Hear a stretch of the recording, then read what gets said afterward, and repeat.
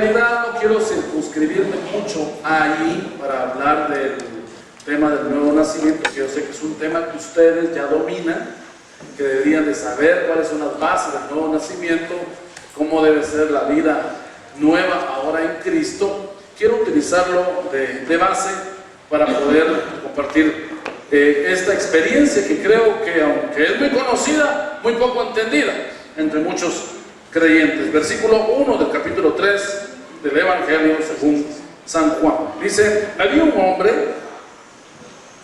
de los fariseos que se llamaba Nicodemo, un principal entre los judíos.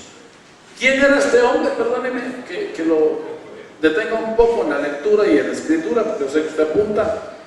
Aquí dice que era un hombre, y no podemos pasar por alto nosotros a este personaje y las características que se mencionan de él, sin conocer cómo era el contexto de la situación que se estaba viviendo en aquellos días.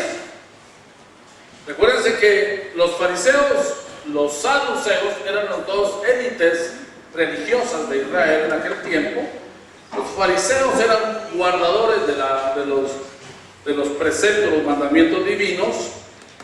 Ellos regulaban todas las leyes en Israel y de alguna manera tenían un poder judicial sobre el pueblo.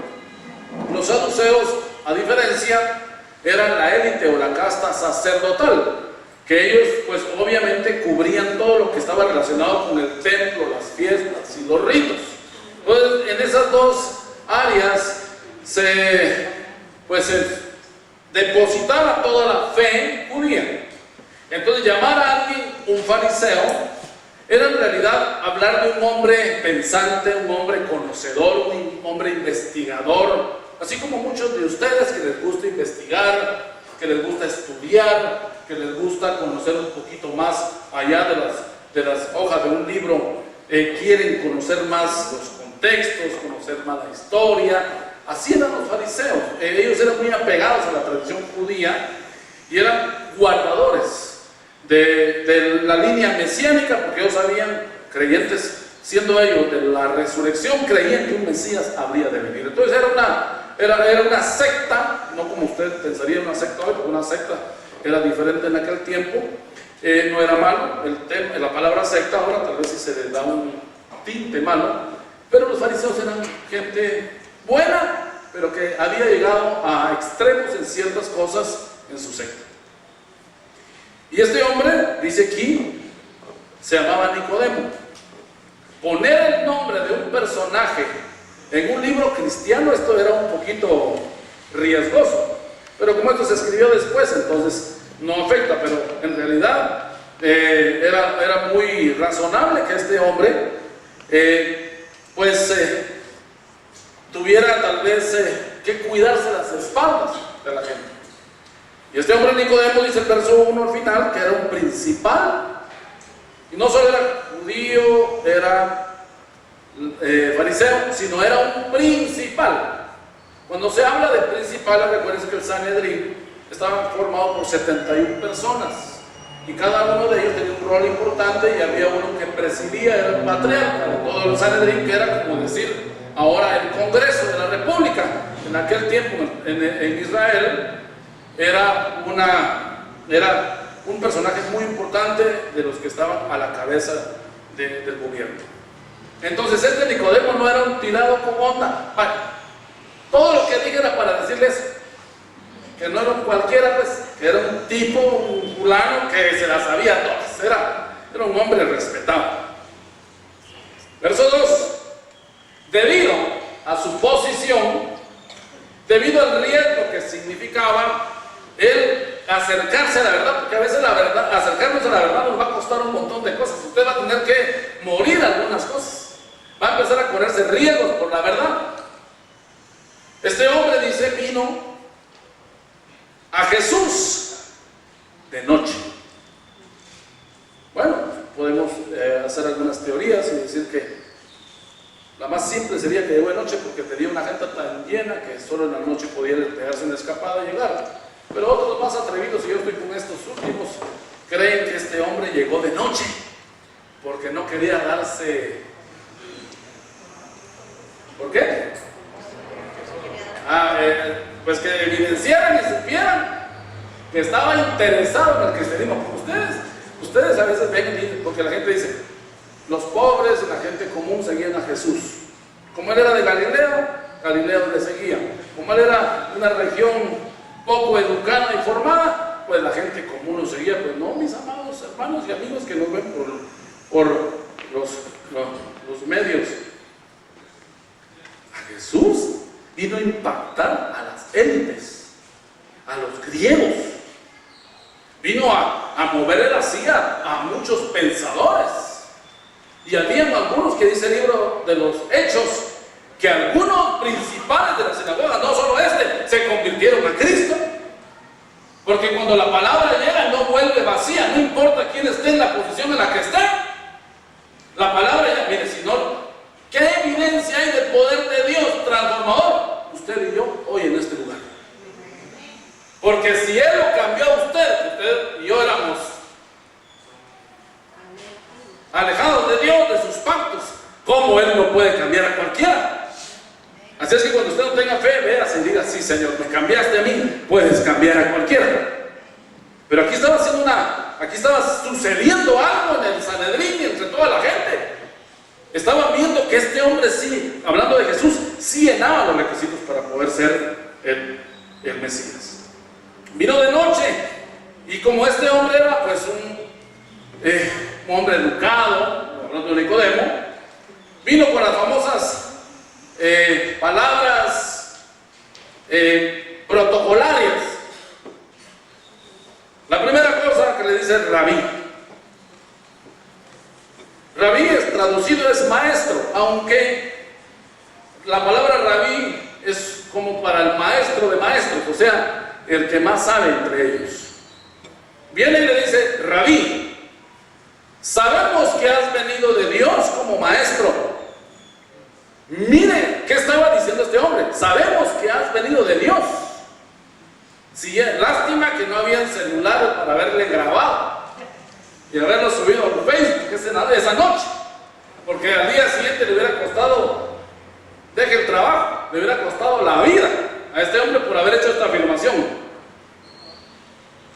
Sabemos que has venido de Dios como maestro, porque nadie, mire, una de las evidencias del Mesías que habría de venir que ellos esperaban, era que nadie podía hacer cosas tan maravillosas como las que él estaba haciendo.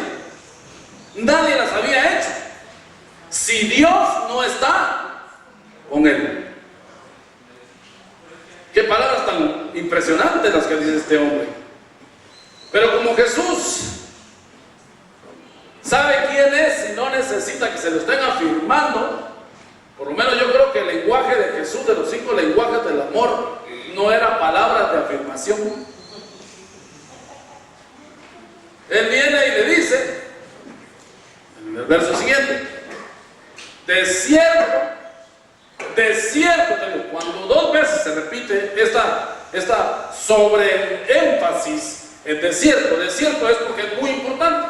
Luego el verso siguiente lo va a decir, pero también tiene un mensaje, pero esto es la primera parte. De cierto te digo, que el que no naciere de nuevo. Aquí Jesús introdujo una doctrina nueva para él, aunque no era nueva en la Biblia, porque el 66 de Isaías dice, nacerá un pueblo en un día, hablando de Israel con su resurgimiento. Y como los judíos, principalmente los fariseos, creían que todo era sobre Israel, que el reloj de Dios es Israel, y déjeme decirle a usted también que hay un reloj de Dios para el mundo también, que se llama la iglesia, porque Israel tiene su trato con Dios. Nosotros como iglesia también marcamos tiempos. Por eso la Biblia dice que el Señor no vendrá hasta la plenitud de todos los gentiles. Imagínense, todos los que no son Israel. Pero ese es otro tema. Él le dice, de cierto te digo, que el que no naciere de nuevo no puede ver el reino de Dios. Le pregunto a usted, ¿cómo se puede ver el reino de Dios? si el reino de Dios está en el cielo? ¿Cómo se puede ver? Bueno, Jesús lo afirmó en Mateo capítulo 6, versículo 10, dice, cuando Él habla de la oración del Padre Nuestro, dice, oraréis así, Padre Nuestro que estás en el cielo, santificado sea tu nombre. ¿Qué más dice? Venga tu reino. ¿Y cómo podemos saber que el reino empieza a ser constituido entre los suyos? ¿Cómo lo podemos saber?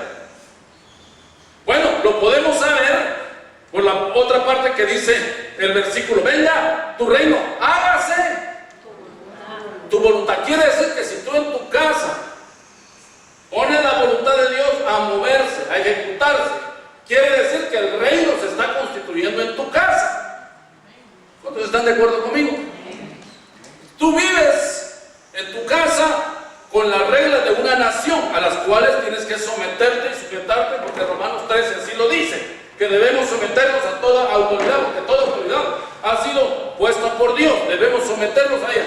Pero dentro de esa normativa general hay una norma más importante, que es la norma de fe, que aunque todo el mundo ande bregando ahorita en otras cosas, ande llamando lo bueno malo, con el tema de la diversidad sexual, con todos los temas que se van a dar, no solo esto, se van a dar muchos temas en lo que la verdad va a empezar a tener un tono de subjetividad, donde la verdad va a ser ahora y lo vamos a ver, va a ser adulterada, como la verdad ahora va a empezar a ser atacada, y se le va a poner fachadas y trajes para que no sea tan dura, porque el hombre, pobrecito nosotros, tenemos tanta debilidad que necesitamos que nos pongan variedades y tonalidades diferentes de la verdad. Pero Jesús dijo, yo soy el camino, soy la verdad y soy la vida, absolutos. ¿Y cuántos saben que Jesús es el camino? ¿Cuántos saben? Y Él dijo, yo soy la verdad. Y cuando Jesús dijo esas palabras, la influencia griega tan fuerte sobre el dualismo, los famosos pensadores, ¿verdad? Sócrates y todos ellos estaban acuñando escrituras sobre la verdad y un montón de cosas. Y Jesús dijo, no, yo soy la verdad, yo también soy la vida. Si usted lo cree, está de acuerdo conmigo, pero un aplauso al Señor afirmando esto, que creo que es muy importante para la iglesia, que sepamos que Él es el camino, la verdad y la vida. Así es que, volviendo aquí a Juan, en el capítulo 3, nadie que no naciere de nuevo no puede ver el reino. ¿Quiere ver usted el reino de Dios? Entonces necesita nacer de nuevo. Ay, hermano, pero yo acepté hace rato a Cristo como mi Salvador. Amén. Pero esa es la primera parte. Luego viene el nuevo nacimiento, que es usted nace a una vida nueva y empieza a experimentar como un bebé recién nacido la nueva necesidad, la nueva comida, la nueva vida, la nueva relación. Todo es nuevo. Por eso la Escritura claramente dice que todas las cosas Él las ha hecho nuevas. Ay, sí, hermano, ya no tengo deudas. A mi marido ya doy muchas gracias, pues, porque el pastor dijo que es nuevo, vos sos viejo. Mira, pues es mi patoja. No está hablando de eso, no lo descontextualiza. Está diciendo nuevo en el sentido de que usted es una nueva criatura regenerada. Entonces dice, no puede entrar al reino. Tan importante que es nacer de nuevo. Y la intención de esta plática, durante estos minutos, en esta mañana, es poderle presentar a usted las características de esa vida nueva, para que usted se ubique y salga de este lugar sabiendo si usted todavía está en el vientre y ya se argeñó, porque usted estaba para 9 meses y que rato lleva como 15 años en la panza y no ha nacido de nuevo. Hoy hagamos un trabajo de parto natural o cesárea, pero usted nace hoy nuevo, hoy va a nacer nuevo. Amén. Yo lo creo también, yo lo quiero hacer también. Yo me incluyo, hermano, yo quiero nacer de nuevo. Entonces, no puede, el que no ha nacido de nuevo, ver el reino. Es un requisito. Tiene que tener unos ojos nuevos.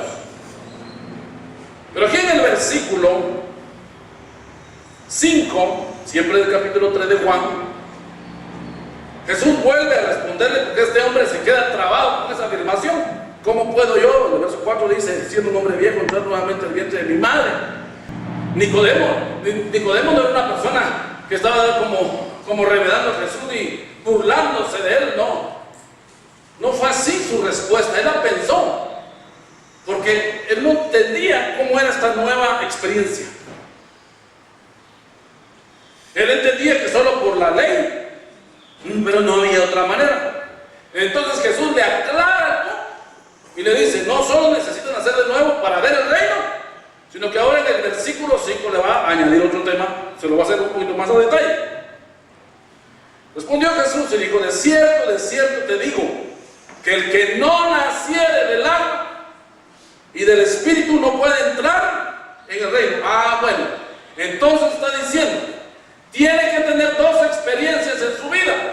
Está hablando de la experiencia del agua y la experiencia del Espíritu. Para Nicodemo el tema del agua no fue problema entenderlo, porque en el Antiguo Testamento se celebraban los ritos de purificación para un montón de situaciones que volvían impuro al sacerdote o a las personas. Había agua y el agua tenía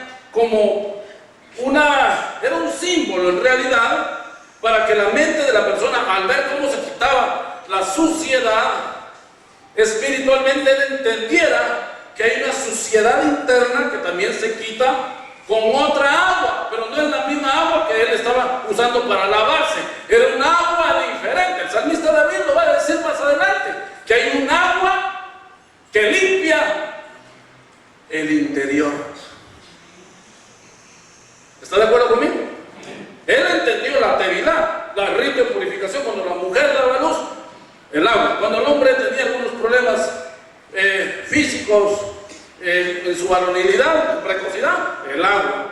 Cuando había un montón de cosas para que el agua se utilizaba en el Antiguo Testamento. Para él el agua, pero eso, de también tener una experiencia de nacer del Espíritu, ¿cómo así?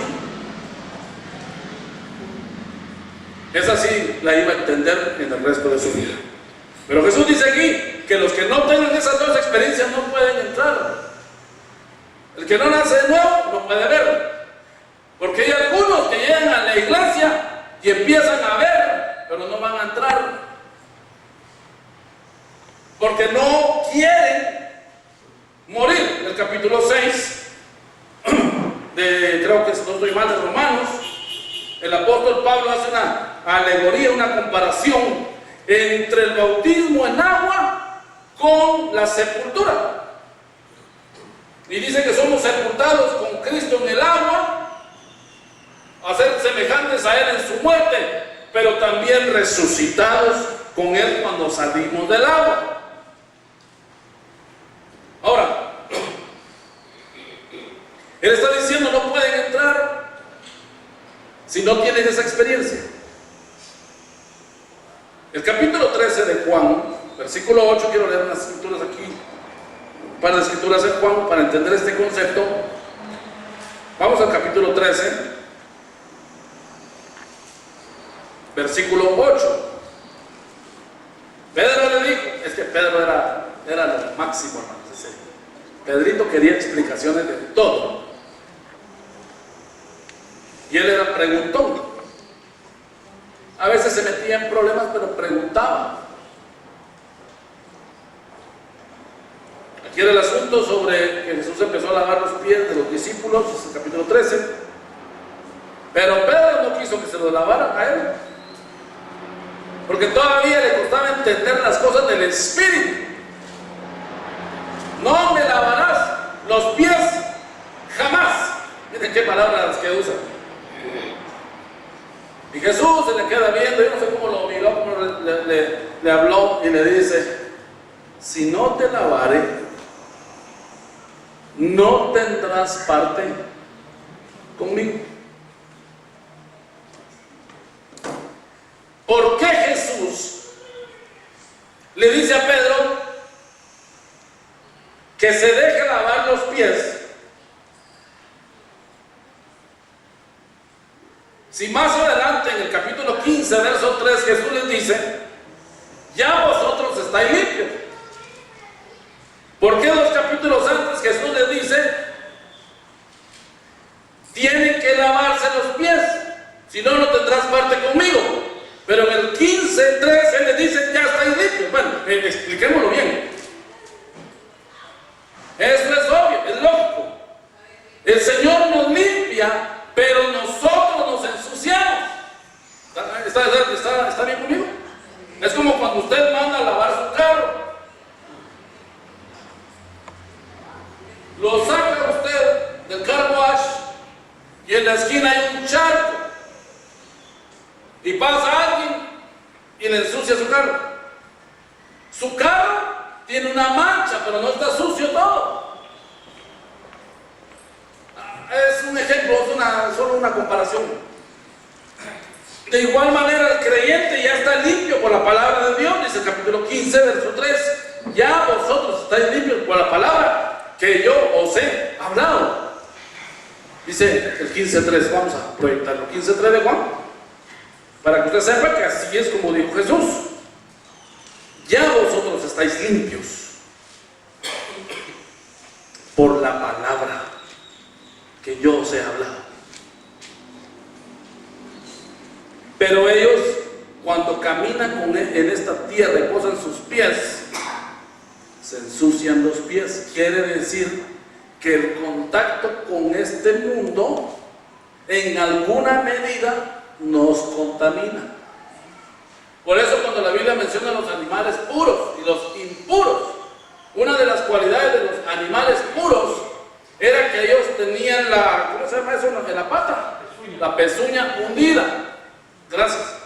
¿Por qué? Porque tenían una callosidad. Ellos tenían una parte de que su piel no tocaba el suelo.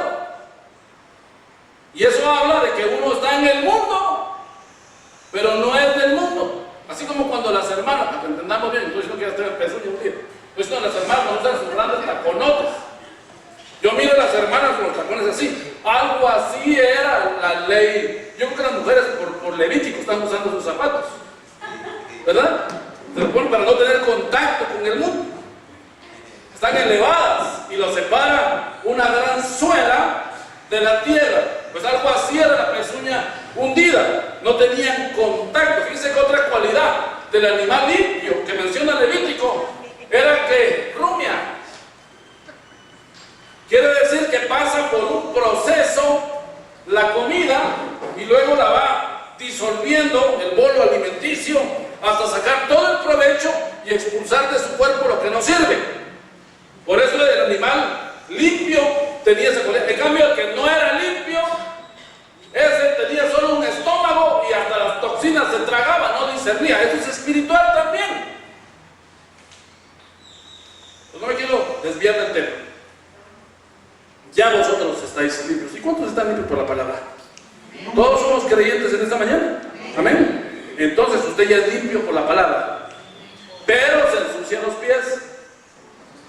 Y a veces se ensucian las manos. Entonces en el tabernáculo estaba la fuente de bronce. Y ahí se iban a lavar las personas las manos. Y también se iban los sacerdotes a lavar los pies. Pero cuando se estaban lavando las manos, veían su rostro reflejado en los espejos de las vírgenes de Israel, que daban sus espejos para pegarlos en la parte de abajo. Ellos estaban considerando su rostro en el agua, pero el espejo de la pureza de las vírgenes revelaba su impureza también.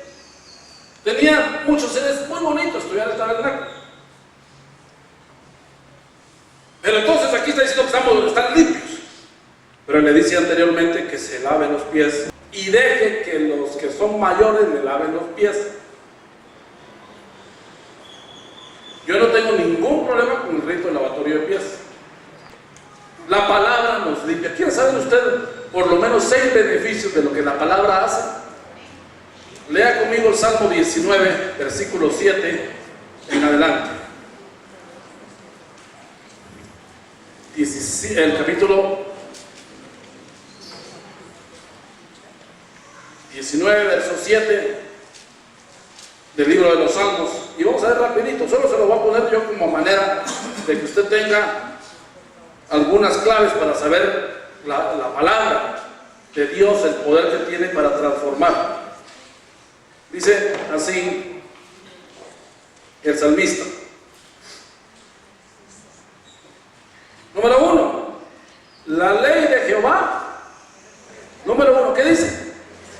Es perfecta. La Biblia que usted tiene en sus manos es perfecta. Usted no mire las traducciones, ni que qué casa fue la que lo hizo, ni que esta palabra difiere de la otra, que el griego no quiso decir esto acá, que el hebreo, que si es griego del primer siglo, si es el griego tardío, si es el griego koiné de las masas. Ya empieza, esos teólogos sí se enredan un montón. Pero la palabra de Dios es la que entendemos que tiene un poder, pero un poder maravilloso. ¿Y qué dice este versículo 7? Tiene la capacidad en su perfección de convertir el alma. La palabra de Dios convierte el alma. Si no lo estuviera haciendo en usted, usted cuando estaba en los 9 meses en el vientre de su madre, vivimos en un ambiente acuoso, en agua, pues el creyente vive esa misma experiencia en la palabra cuando es bebé, hasta cuando es manifestado y dado a luz. Entonces, la ley de Dios, que es perfecta, es el ambiente en el que el creyente se debe desarrollar, empieza a ser transformado, convertido, es formado sus deditos, sus manos. Y mire tan bonito que salió usted, tan chapudo, cachetón iba así, pero no se iba a ofender. Usted mira, usted hermoso. Usted es una obra maravillosa de Dios. Entonces la ley de Dios es perfecta. Yo, hermanos, en medio de una sociedad tan pluralista, tan cambiante, de tantas variedades, tanta moral relativa, tanta ética circunstancial, tanta diversidad de pensamientos, oír que esa ley de Dios, que Él la creó, es perfecta, a mí me da seguridad. Yo no sé si a usted le da seguridad. Es perfecta. ¿Y qué capacidad tiene de convertir el alma? Número 2, el testimonio de Jehová es fiel. Él no es usted y yo, como yo, que a veces somos buenos para esto y a veces no somos tan buenos para esto. Estas cosas, a veces le ponemos ánimo y a veces no le ponemos fidelidad a las cosas que hacemos, fe a las cosas que hacemos. Dios no es así. Su testimonio es fiel, permanece. La palabra fidelidad, que es la base acá, es que Él permanece fiel aunque nosotros seamos infieles. Tan fiel es su testimonio que tiene la capacidad de hacerlo sabio a uno. Aquí no dice inteligente, aunque la sabiduría provee inteligencia, según Proverbios 1. Pero Dios tiene esa capacidad de hacernos sabios. ¿Y cuántos quieren ser sabios? Poder discernir entre el bien y el mal. Número 3, los mandamientos, dice acá el versículo 8, de Jehová son rectos, que alegran el corazón. Yo no sé por qué a la gente no le gustan los mandamientos. Se enoja, se molesta cuando uno le dice, hermano, mire, usted tiene que cuidar esto, tiene que evitar esto. Ay, no, hermano, es que tanta ley. No, hermanos, lo que Dios está haciendo es ponernos a los lados cercos para que no nos vayamos a embarrancar, porque Él ya sabe lo que es que alguien se pierda, el dolor que sufre alguien cuando está en una situación que lo puede hasta destruir y matar a uno. Los mandamientos de Dios alegran el corazón, pero no a la manera de la alegría del mundo. Todo lo de esta tierra es efímero y pasajero, hermanos. Salomón lo escribió en Eclesiastés. Lea usted Eclesiastés y se va a dar cuenta que es la depresión del rey. Cuando él estaba mal, cuando él, a pesar de tener sus millones, tener sus inversiones en Wall Street, allá en Israel, haber hecho toda la plata que hizo, haber abierto su corazón a tanta cosa, tanta vanidad. Él llega un momento y dice: estoy hastiado. Porque el único que puede darle alegría permanente, consistente, permanente al hombre es Dios. Todo lo demás pasa y se va. Número 4. El precepto de Jehová, dice la segunda parte del verso 8, es puro. O sea, la motivación con la que Dios quiere acercarse a nosotros para construir una relación es sobre una base de pureza. Él no lo hace. Si yo a veces me puedo acercar a alguien, puede ser por interés, por conveniencia, pero Él no. ¿Qué conveniencia va a tener Dios para acercarse a nosotros? Si nosotros somos un ramillete de cosas. Acepte a Cristo, Señor, entréguese a Cristo. Lo voy a pensar. ¿Usted cree que Dios se va a sacar la lotería con usted? Otro problema más que se da. Gracias a Dios, Él es omnipotente. Él no duerme. Él está todo el día pendiente de nosotros, construyendo, edificando, fortaleciendo, haciendo cosas nuevas. ¿Por qué? Por el amor manifestado de su Hijo hacia nosotros. Él se siente inspirado en ese amor a trabajar en nosotros todo el día. Entonces aquí vemos que son sus motivaciones puras que alumbran los ojos. Cuando alguien con pureza, con una motivación recta, se acerca a nosotros, a mí nos alumbra, a mí por lo menos, a mí sí me alumbra. ¡Wow! Digo, esa persona, qué alcances tan espirituales, tan bonitos los que tiene. Así como aquel muchacho, ¿verdad?, que se acercaba a la patoja y la patoja pensaba de que era porque quería hacerse novio de ella, y ¿qué? La estaba usando para acercarse a la hermana. Y la pobrecita al tiempo se dio cuenta que fue utilizada como escalón para llegar a la que verdaderamente era su motivación. El tema de las motivaciones es un tema profundo, pero Dios conoce las motivaciones de nuestro corazón, ¿o no? Antes que los pensamientos vengan a nuestra mente, Él ya sabe lo que hay adentro. Si Dios nos conoce. Número 5, el temor de Jehová. Dice el verso 9 del capítulo 19 de los Salmos: el temor de Jehová es limpio. Miren, estoy hablando de la palabra que limpia. Si se da cuenta, aquí está diciendo que el temor de Jehová es limpio. O sea, la palabra temor en el contexto bíblico no es miedo, no es sinónimo de miedo. El temor es reverencia. Yo no quiero hacer algo malo para no lastimar el corazón de aquel que nos ha dado todo. Por eso evitamos hacer cosas malas. No queremos ofender a Dios. Queremos, al contrario, ser motivo de gozo, de tranquilidad a su alma. Así como cuando usted presenta a sus hijos: este es a todo dar, este nunca me dio ningún dolor de cabeza. Pero estas que tengo aquí, miren, cada una de estas tiene historia por este bandido. Los contrasta. Entonces, temor es reverencia. Usted, cada vez que vaya a hacer algo, dígale o pregúntese usted: ¿le va a agradar a Dios o le va a ofender? Es lo que primero pregunte. Sobre esa base construya ya cualquier cosa. Pero siempre pregúntese usted: ¿va a edificar o no va a edificar?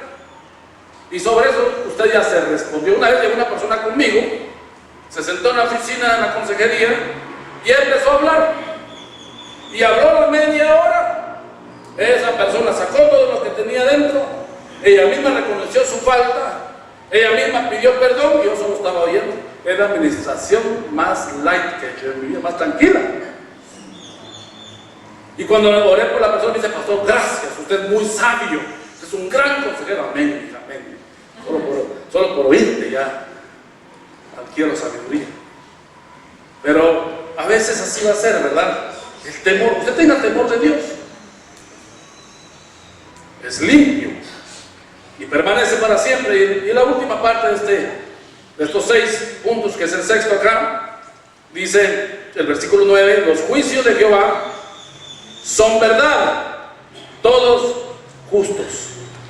Cuando hablamos de la palabra juicio en el siglo XXI, ante una era postmodernista, ante una influencia de Europa, porque Europa es la que nos manda a nosotros todas las filosofías, frente a todo eso, aquí hay una afirmación muy fuerte: los juicios de Dios. Y esa es una parte que en el Evangelio a muchos no les gusta tocar, pero yo se lo quiero enfocar rápidamente en un minutillo. Que los juicios de Dios son verdad, todos justos. Cuando Dios ve que una oveja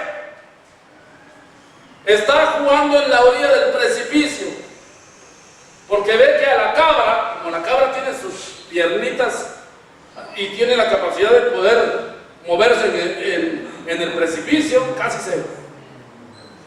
se va a ir, pero juega con el peligro y con la adrenalina, aquello del que le hago el novio cristiano, el no cristiano. Está jugando a ser cabra. Entonces viene otra oveja, regordeta, ¿verdad? No estoy diciendo que las ovejas de la ciudad sean regordetas. Y ve a la cabra, que qué bien le sale, para que la contraten en el circo, está buena. Y viene, pero como su centro de masa, su inercia está concentrada como por aquí, y hace así, ya no regresa, se va. Y antes de caer del despeñadero, el buen pastor toma su vara, su callado, la saca, y cuando ya está saliendo, antes de ver el precipicio, ella siente que le infunde aliento la vida, la empieza a sacar y la deja ir y se va tranquilita. Ay, casi me muero, pero ya casi me estaba saliendo. Se va otra vez, y cuando ya se va, la agarra al pastor y le quiebra la pierna. Eso se llama la perniquebrada. ¿Ese es un acto de misericordia? No, pero es un juicio. Entonces tal vez a veces vas a ir a hacer algo malo y se te pincha la llanta. El Señor mandó que el camión se cayera al clavo que habría de tocar tu llanta, para que tu carro no se moviera, y ese día no anduvieras con dinero como a 3 kilómetros de un pinchazo. No reniegues, es que Dios no está conmigo. No, te está librando a saber de qué. Porque algunos piensan que les sale bien, pero a la postre todo lo que sembramos cosechamos, tarde o temprano. Entonces, el nuevo nacimiento, según el apóstol Pedro, y quiero que me acompañe, 1 Pedro 1:23, nos hace ubicarnos en que usted ya no puede vivir bajo una cosmovisión como la que tenía antes de conocer a Cristo. Usted ahora está en Cristo. Usted ya no puede vivir ni acomodar. Usted ahora va a estar bajo una nueva legislación, un nuevo nombre, una nueva ciudadanía, un nuevo padre de colada. Si no lo tuvo, ahí le va el bonus pack. Un nuevo padre, una nueva familia, con todo lavado, con la misma sangre, una identidad, un sentido de destino, un sentido de propiedad. Él lo injerta como un hijo renacido, dice aquí Pedro. 1 Pedro 1:23, siendo renacidos. O sea, tenemos un nuevo nacimiento, la palabra que usa aquí Pedro. No de simiente corruptible, o sea que no es el nacimiento natural que nos hace nosotros salvos. Quiere decir que si su hijo no ha aceptado a Cristo y usted sí, usted es creyente y él no, porque no es por parentesco la salvación, sino es por una decisión, por un engendramiento espiritual. Entonces somos renacidos no de una simiente corruptible, sino de una incorruptible. ¿Por qué medio? Por la palabra de Dios, que vive y permanece para siempre. Usted es renacido por la palabra de Dios. Cuando la palabra verdaderamente llegó a su alma, lo traspasó y le dijo: esto no vas a hacer, o esto sí vas a hacer, y tienes que dejar eso. Usted está en ese continuo formar de la nueva criatura. Pero si yo viene él y me dice que haga algo y no lo quiero hacer, es como que me están sacando del vientre ya siendo dado luz y yo nadando. No quiero quedarme adentro. Quiero estar adentro del vientre.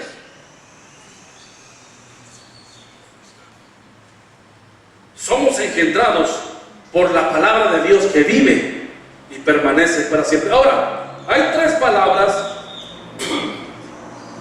que quiero compartirles rápidamente a usted sobre los 3 procesos del niño cuando es dado a luz hasta convertirse en una persona responsable. La primera de ellas es nephew, para hijos.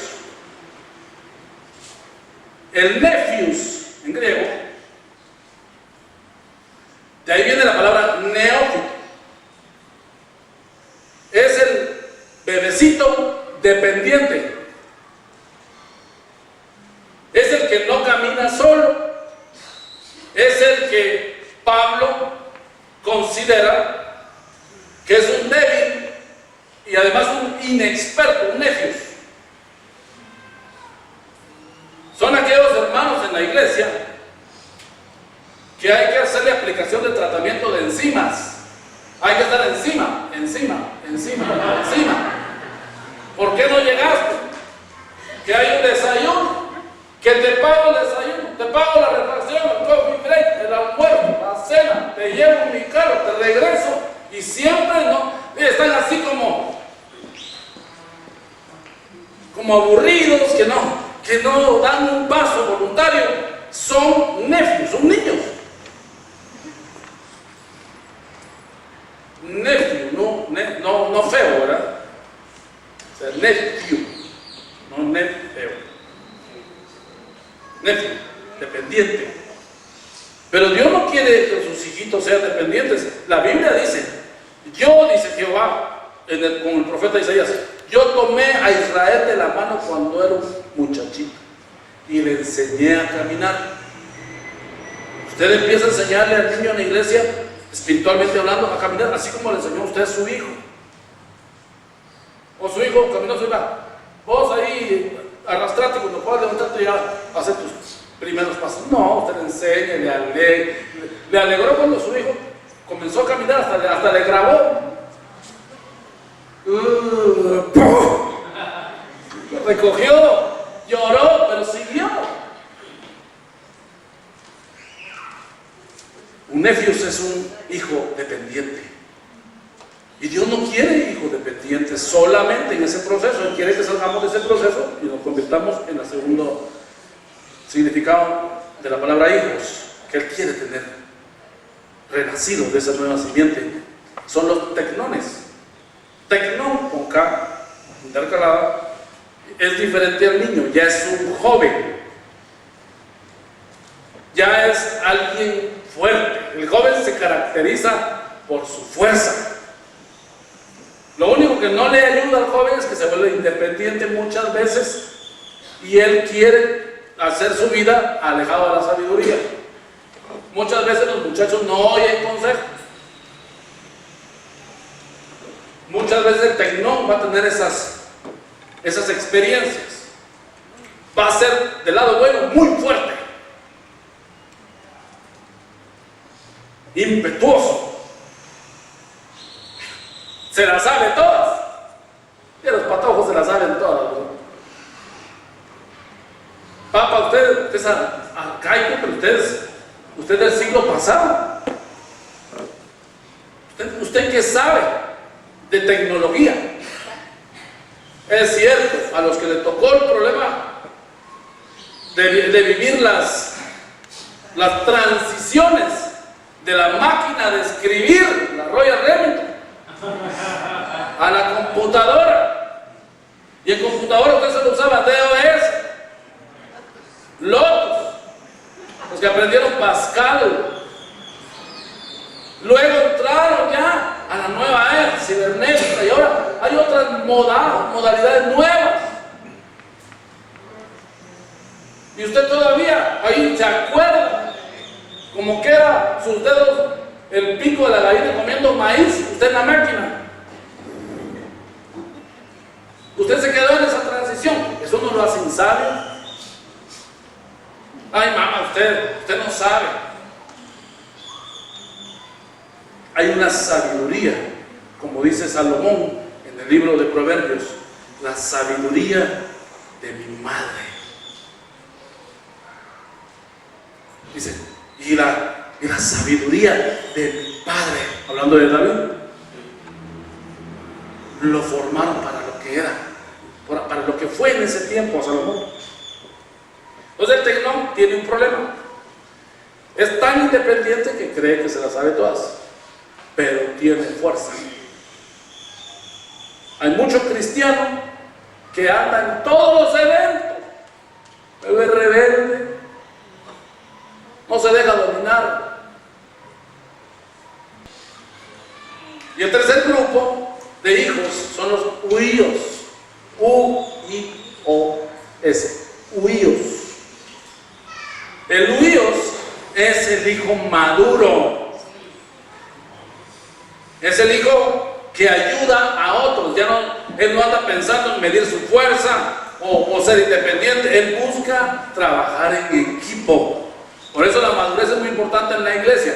Entonces yo anhelo, y es mi deseo, que se levante un grupo de personas que sean huíos, maduros, con la fuerza del tecnón y la pureza del necio. Aleluya. Porque si dice la Biblia, debemos ser niños en el modo de pensar, niños en la malicia. Mi amado hermano, usted tiene que entregar su mente.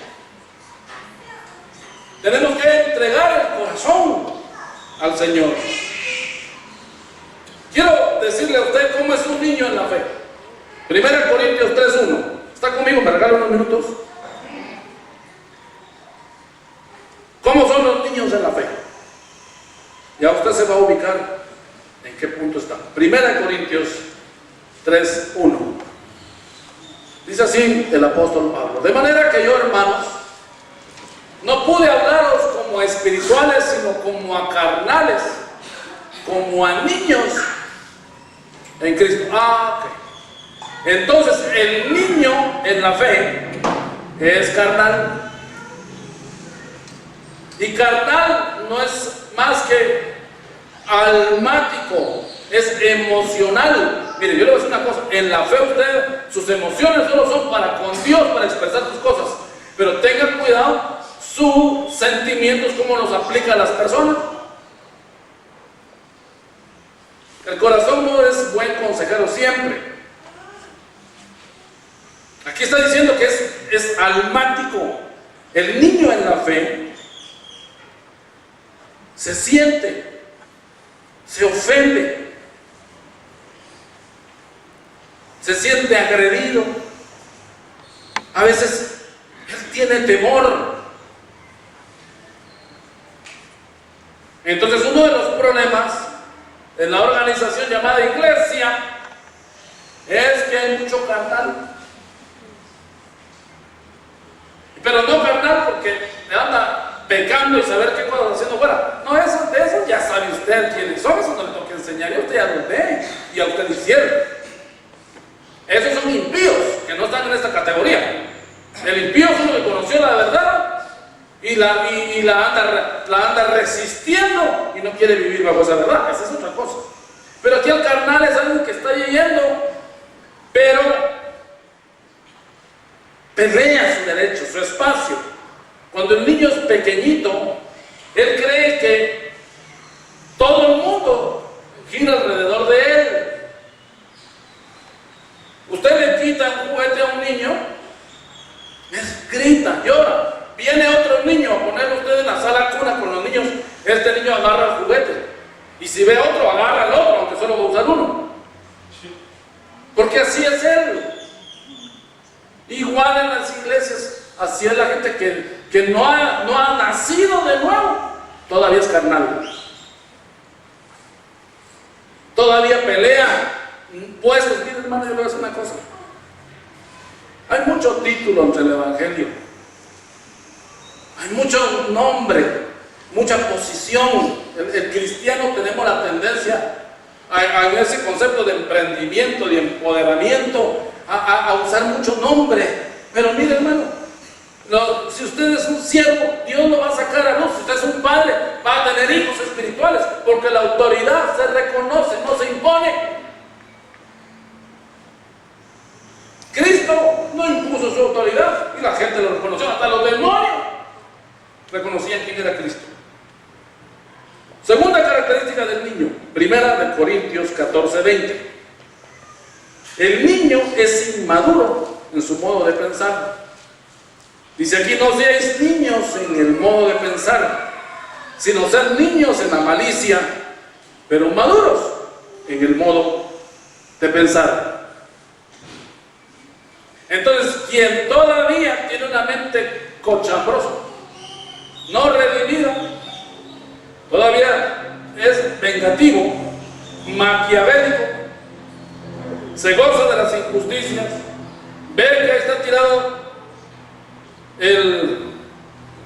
la cáscara del banano y ve que el hermano va acercándose a la cáscara del banano, y en lugar de decirle al hermano que está distraído que se va a llevar un somatón, va a agarrar su celular y lo empieza a grabar para ver cómo cae, para subirlo después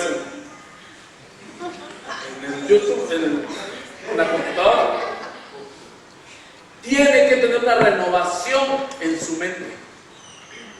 Entonces, si usted se está resistiendo al cambio de mente, es porque todavía no ha nacido de nuevo.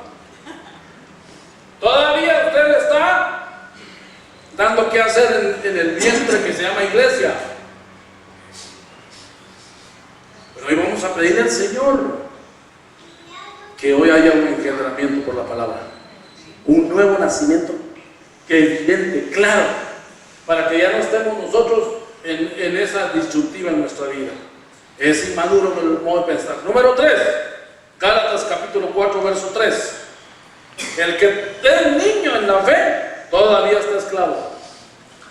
Cuando éramos niños, dice Pablo, Gálatas 4, 3, dice que estábamos en la esclavitud bajo los rudimentos del mundo.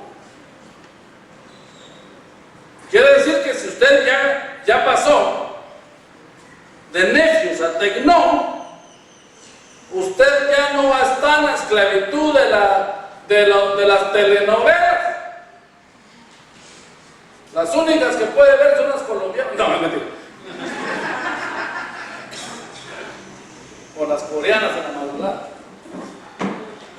Que la mira, pero tienen ahí hasta ustedes. ¿Cuáles son los rudimentos del mundo?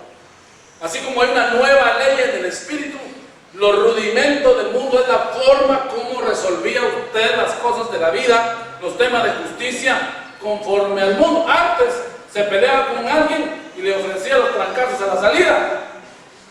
Ahora en Cristo ya no puede, aunque a veces dan ganas. No se puede. Ahora la Biblia introduce arbitraje, que todos los cuerpos colegiados de profesionales utilizan en los arbitrajes. Las leyes de los países usan los arbitrajes. Eso no se lo inventaron ellos, eso lo estableció la iglesia, lo estableció la Biblia en el Antiguo Testamento, el arbitraje. En la iglesia no se vale de pelear, no se vale, no se puede, no se debe pelear. Todos los que nos escuchan por el internet no pueden pelear. Dígale al que está al lado suyo: no te puedes pelear conmigo. Tenemos que hacer arbitraje. Si no logran el arbitraje, en casa busquen un mediador. Si son problemas gruesos, llame al anciano a la iglesia. Si son sencillos, conmigo.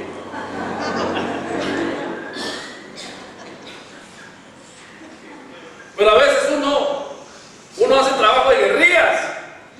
porque todavía está como el rudimento. Empieza a boicotear. La hermana no se oye en el coro, ¿verdad? El otro en la parte. El de allá de sonido, ¿verdad? Esa vieja infeliz hoy sí me las está pagando. Me desconecté el micrófono.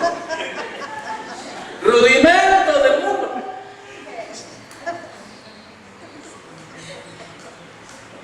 Usted ya no puede vivir así. El que vive así no ha nacido de nuevo. Efesios capítulo 4, verso 14 nos da la cuarta. El que es niño en la fe es fluctuante, es como el péndulo. Efesios 4, 14. Para que ya no seamos niños fluctuantes. Eso se traduce como bipolares.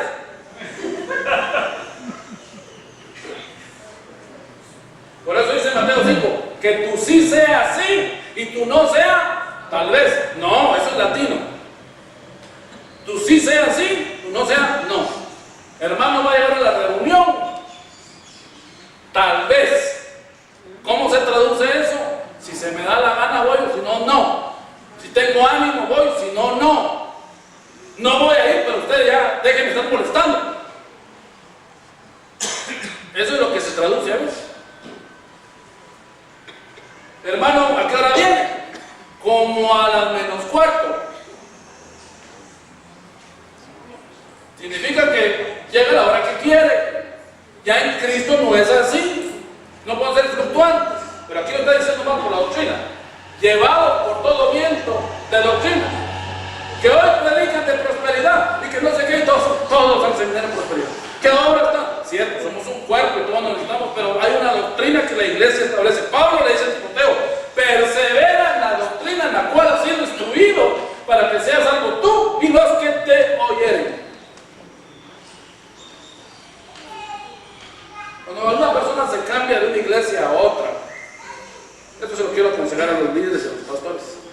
Qué difícil tarea. Uno por un lado dice qué bendición que alguien viene, pero trae su mecapal lleno de sus propios clavos, sus experiencias. Si a uno, yo lo sé perfilar, déjenme decirles rápidamente, como diría Timothy Keller en su libro, La clasificación de las iglesias pequeñas. Viene alguien de una iglesia grande y lo ve a uno chiquito y dice, pobrecito, los voy a ayudar. Usted no va, usted va a hacer cuerpo, a hacer iglesia, a participar y a aprender de ese ministerio que tiene algo de Dios para usted. Sí, porque una evidencia de una familia bendecida es el hijerío. Hijerío es como tú digo.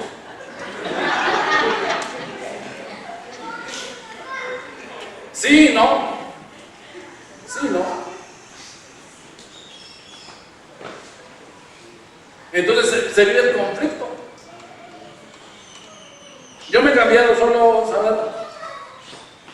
2 veces de iglesia. ¿Sí? Y cuando llegamos a una iglesia, hermanos, abrazamos la visión, nos metimos desde cuidar carros hasta... Fuimos pasando por todos los puestos, pero fui de todo. Después lo vimos de todo. Y casi siempre fuimos emergentes, fuimos los segundos, hacíamos el trabajo que a nadie le gustaba, predicamos en Semana Santa, en Navidad, en las fechas que todos iban a la playa. ¿Y a quién podemos predicar? A nadie. Entonces yo entendí que era bombero en la iglesia, hace 16 años así. ¿Saben para qué esa lección me sirvió? Para un día poder no decepcionarme cuando me quedara solo. Y bendito sea Dios que no he vivido esa experiencia, porque Dios nos dio una preciosa congregación que apoya, que le sirve a Dios, que cree. Entonces aplauso al Señor, que usted lo cree conmigo, que está apoyando este ministerio. No son fluctuantes, no noveleros, ¿verdad? Aquí, hoy, acá, aquí, hoy, no sé qué. No, usted es una parte del cuerpo. Es como que el dedo gordo quiere hacer nariz. Bueno, sigamos con la seriedad. Hebreos 5, del 13 al 14. 5 del 13 al 14.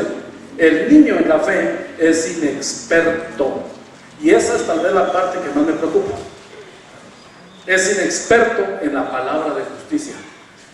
Uno de los problemas de las iglesias es que no hay creyentes que saben la palabra. Su tutor es Google.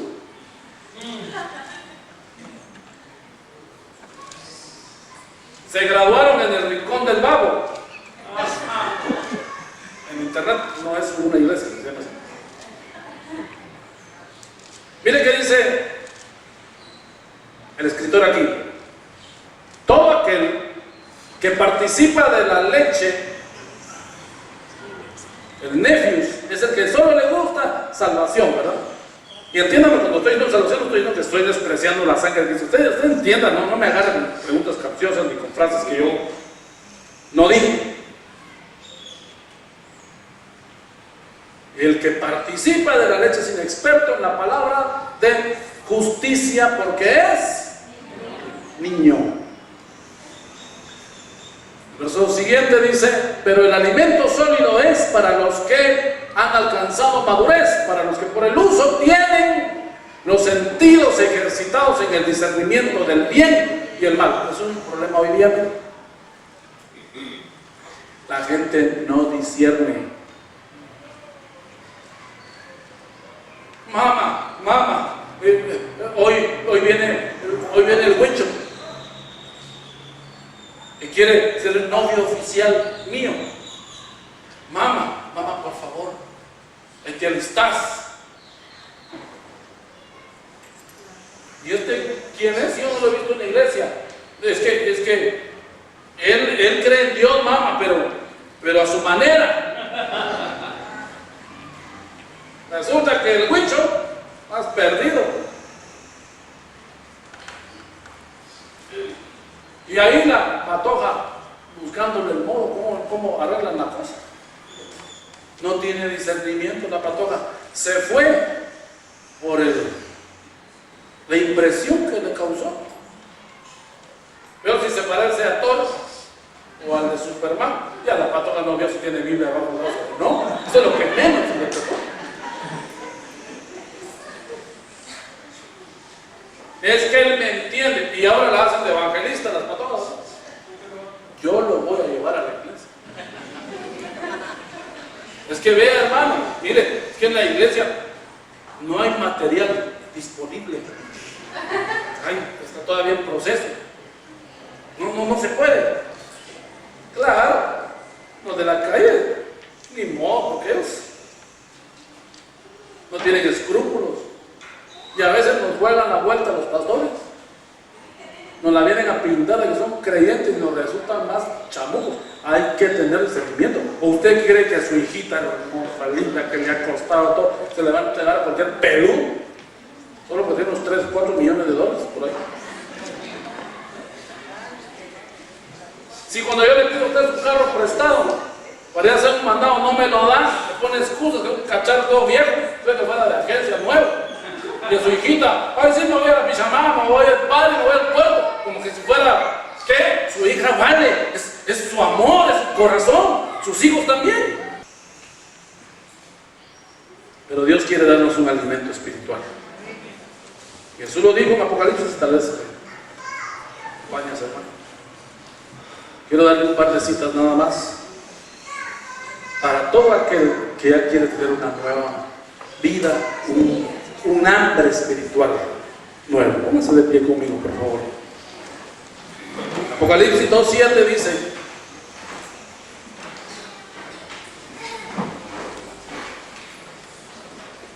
que el Señor ofrece finalmente lo que le negó a Adán. Ahora lo podamos comer nosotros. Y es el árbol de la vida, dice Apocalipsis 2:7. Al que venciere, le daré a comer, dice, del árbol de la vida. Quiere decir que aquellos que ya maduraron, que ya son responsables, pueden tener acceso a comer ese alimento que no es la leche, sino es el alimento sólido que viene de Él. El salmista David dice: mi alma tiene sed de ti. Debe haber una necesidad por Dios. Usted tiene que tener una necesidad por Dios. Hágame el favor, no ir a la iglesia como limpiaconciencias. Toda la semana la riego y el domingo vengo a hacer corte de caja. No, así no es. Tengo sed de ti. Tengo sed de ti, Señor. El apóstol Pedro dice: desear como niños recién nacidos la leche espiritual no adulterada, para que por ella crezcáis para salvación. También Juan dice, siempre en Apocalipsis, que el que venciere le dará a comer el maná escondido. O sea, hay una nueva nutrición. El profeta dice: comí tu libro. Lo comí. Y al principio me fue amargo, pero después al bajar en mi vientre se convirtió como dulce como la miel. A veces los mandatos de Dios no nos van a gustar, es como el aceite de ricino, que te van a cerrar la nariz y dártelo, porque sientes que casi vomitas, pero es para tu bien. A los que no les gustan las verduras, es como el nabo, es como la papa, como el whisky. La palabra a veces no te va a agradar, vas a decir: esto parece agua, esto no tiene sabor, pero te va a nutrir. El maná en el desierto, 40 años se lo dio el Señor al pueblo de Israel. 40 años. Y apenas no llevaron ni un par de años y lo detestaron. Nada, ese es pan de pobres, decía. Pero ese pan lo sostuvo. Es la palabra nunca te tiene que aburrir. Hay algunos que hablan la Biblia y se empiezan a dormir, pero ven 2 horas una película y sí, aunque sean las 3 de la mañana. ¿Cuál es la diferencia entre esto a tu película? Es el alma. Somos nosotros los que no reaccionamos. Si tú quieres tener un engendramiento nuevo y quieres decirle al Señor: Señor, quiero ya dar esos frutos de la nueva criatura, quiero manifestar ahora, ya no bajo los rudimentos del mundo, una nueva vida. Quiero manifestar los rudimentos del Espíritu, la vida en el Espíritu. Ya me cansé de probar